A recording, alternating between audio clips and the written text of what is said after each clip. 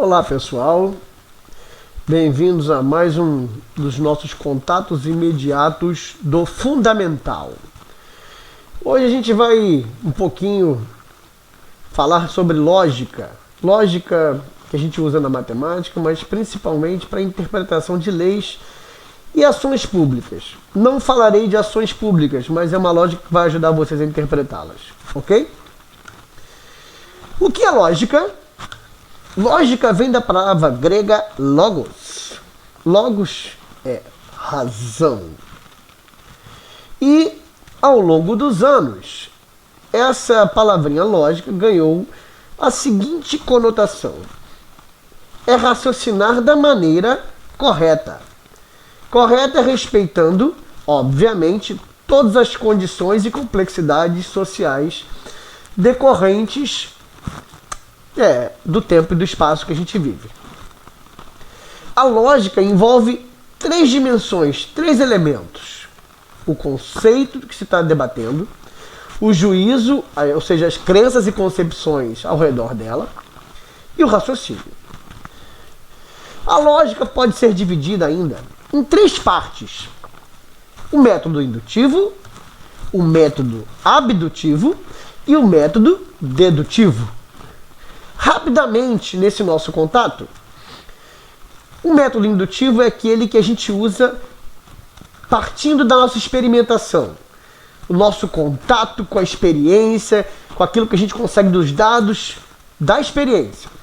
E esses dados da experiência nos permitem fazer uma indução através de probabilidades. A indução, ou seja, o método indutivo de pensar, é aquele que gera uma probabilidade. Ou seja, você tem uma coisa e fala assim, provavelmente isso vai acontecer por causa daquilo que você captou de dados. O que seria um método abdutivo? Aliás, esse nome é um nome dado por Charles Sanders Peirce, um matemático norte-americano, que define uma expressão como a melhor relação causal. O que é isso? Nas ciências a gente tem muito dessa situação, principalmente. A gente cria uma afirmativa para explicar alguma coisa. Enquanto não tiver nada melhor do que aquela explicação, é aquela explicação que vale no meio científico. Isso é o método abdutivo. Mas desde que, obviamente, nós tenhamos vários tipos de testagens para a gente chegar a essa conclusão de melhor relação daquilo que causa o que a gente está explicando. E o método dedutivo, esse sim, não fala de probabilidades, não fala de uma melhor definição, enquanto não se tem outra, mas numa lógica, ou seja, dedutiva, que é muito usado principalmente na matemática, a gente parte de premissas que são verdadeiras. Porque se as nossas premissas não forem verdadeiras, o que são premissas? São afirmações. Se as nossas afirmações não forem verdadeiras, as conclusões não são definitivas ou são falsas. Ou seja, se a gente tem premissas verdadeiras, as nossas conclusões são definitivas. Elas não são uma provável coisa de acontecer. Elas acontecerão porque são conclusões definitivas, tudo bem? Então vamos aos exemplos. Eu vou pegar um exemplo dessa notícia e vou aplicar o pensamento indutivo. Uma reportagem aqui baseado em dados oficiais, obviamente. E vamos tentar acessar. Estou acessando. Vamos lá. Vamos lá. Aqui diz o seguinte. Vamos lá. Morumbi tem mais casos de coronavírus e Brasilândia mais mortes. Óbitos crescem 60% em uma semana em São Paulo. Essa é uma reportagem do dia 18 de abril, gente. Quase um mês atrás. E são dados colhidos entre 27 de fevereiro até 17 de abril. O que eu quero agora? Vamos aplicar o método indutivo. Dentro dessa reportagem tem a seguinte informação lá dentro, vocês podem acessar lá para olhar. A Brasilândia tem 89 casos confirmados com 54 mortes. Já no Morumbi, tem muito mais casos, 297 casos, porém apenas 7 mortes. Que conclusões nós podemos tirar usando um pensamento lógico? Bom, se tem 54 mortes em 89 casos, se a gente fizer uma divisão 54 por 89, nós teremos um índice de 0,6067 e infinito. E se você tem 7 mortes em 297 casos, se fizer uma divisão de 7 por 297, você tem 0,0235. E aí, gente, é isso aí. A probabilidade de um pobre morrer se pegar a Covid-19 é muito maior do que a dos ricos. Ou seja, 60% de chance de um pobre morrer e pouco mais de 2% para os ricos. Mas, detalhe, eu estou falando de ricos entre aspas, porque ali já estamos falando de classe média alta. Ricos mesmo, isso aí talvez ainda diminua um pouco mais. Agora, se você olhar como esse método indutivo, né, ele realmente pode levar a gente a fazer projeções, é só você ver uma outra reportagem do dia 28. Vamos ver essa reportagem. Bom, nessa reportagem está escrito aqui, ó, cresce o percentual de pretos e pardos entre internados e mortos por Covid-19, apontam dados do Ministério. Ou seja, uma projeção indutiva pode gerar dados específicos e conclusivos para a gente não precisar passar por isso.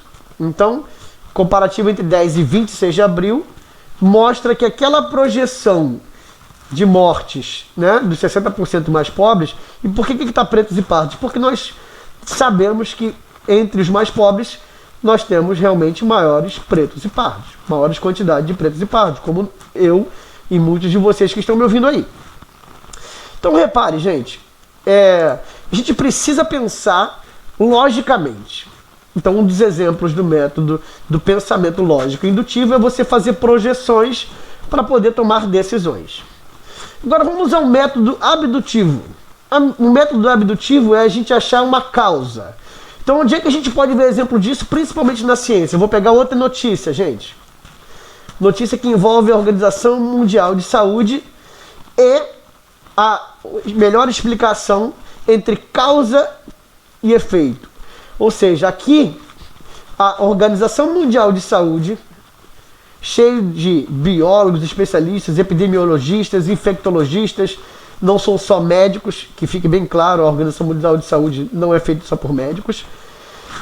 A OMS volta a defender o isolamento social, né, como a única opção que temos como combate ao Covid, essa doença.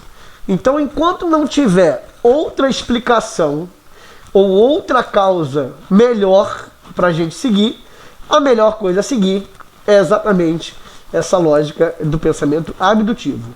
Porque foram feitos através não só de dados, mas experimentando as probabilidades, você chega ao pensamento abdutivo. Então, quais são as conclusões? Sim, até que tenhamos outra relação causal melhor, essa é a opção que temos que aceitar como verdade. O isolamento é hoje a única opção para combater a pandemia de coronavírus. Por isso que eu estou de máscara, hein, gente? E eu estou em casa. Agora vamos ao exemplo do pensamento dedutivo. Atenção para as premissas, ou seja, para as afirmações que são feitas. Se você quiser realmente afirmações verdadeiras nesse caso, para de ver vídeo, para de ficar vendo videozinhos alarmantes de pessoas que tiram dados da própria cabeça, né? Procure sites confiáveis, por exemplo, como esse, do próprio oficial do governo, né, sobre a Covid. Mas vamos lá. Se eu pego umas afirmações assim, a Covid-19 é uma doença mortal, você pegou o Covid-19, você vai morrer de Covid-19. Então o que eu posso tirar de conclusão usando o pensamento lógico? Né? Que você vai morrer de Covid-19? Isso na verdade não é verdade, porque o raciocínio não está correto. Primeiro porque a Covid-19 ela não é uma doença mortal, ela pode ser uma doença mortal. Isso muda todas as outras interpretações. Então, As premissas falsas geram também conclusões que são falsas. Uns exemplos aqui. Se eu pegar Covid-19, não saio de casa. Eu não saio de casa há uma semana. Logo, eu peguei Covid-19. Será que isso tudo é verdade? Gente, vamos lá. Só está dizendo que se eu pegar, eu não saio de casa. Aqui não está dizendo que se eu não sair, é porque eu peguei. Então aqui, essa conclusão é falsa, porque tem uma má interpretação. Então eu posso não sair de casa e não ter pego Covid, ou seja, porque eu não quero pegar. Mas com certeza, se eu pegar, eu não vou sair. Então, a conclusão de que logo eu peguei Covid-19 também é falsa, porque más interpretações também geram conclusões falsas. Vamos lá. Vamos pegar aqui um texto da Constituição. Deixa eu ver se um texto da Constituição. Lembrando, os 3 elementos constituintes do pensamento lógico, tanto indutivo, abdutivo ou dedutivo, é entender o conceito, o juízo e o raciocínio. Se eu pegar o artigo 205 da Constituição, que integra também a Lei de Diretrizes e Bases de 1996, o artigo 205 diz assim: a educação, direito de todos e dever do Estado e da família, será promovida e incentivada com a colaboração da sociedade, visando ao pleno desenvolvimento da pessoa, seu preparo para o exercício da cidadania e sua qualificação para o trabalho. Ou seja, está falando dos ensinos fundamental e médio. No artigo 206, ele completa: o ensino será ministrado com base nos seguintes princípios: igualdade de condições para o acesso e permanência na escola. Então, o que estamos vivendo hoje, gente? O que seria aqui uma interpretação lógica desses artigos? O que seria, por exemplo, uma negação de todos? Será que seria ninguém? Ou seja, se você tem o direito de todos, o que seria negar o direito de todos? Quando você diz que pelo menos uma pessoa tem direito, você está dizendo, já está negando o artigo 205. Se você não tem igualdade de condições, você está negando o artigo 206. Então, veja bem, a negação de que para todos é se pelo menos um tiver o privilégio de ter acesso à educação, então nós não estamos respeitando a Constituição Federal. Então, em respeito à lógica, prestem bastante atenção em tudo que você tem que pensar indutivamente usando os dados experienciais, oficiais. O método abdutivo, ou seja, as melhores conclusões sobre o que estamos vivendo a partir dos grandes cientistas, não de pessoas que falam de achismo. E o método dedutivo, ou seja, conclusões definitivas, com interpretações corretas, inclusive da nossa Constituição e da Lei de Diretrizes e Bases. Tudo bem? Então nós vamos ficando por aqui. Agradeço a atenção e para o próximo contato eu sugiro interpretação de dados estatísticos e percentuais. Mas eu aceito sugestões. Tudo bem? Até a próxima. Grande abraço.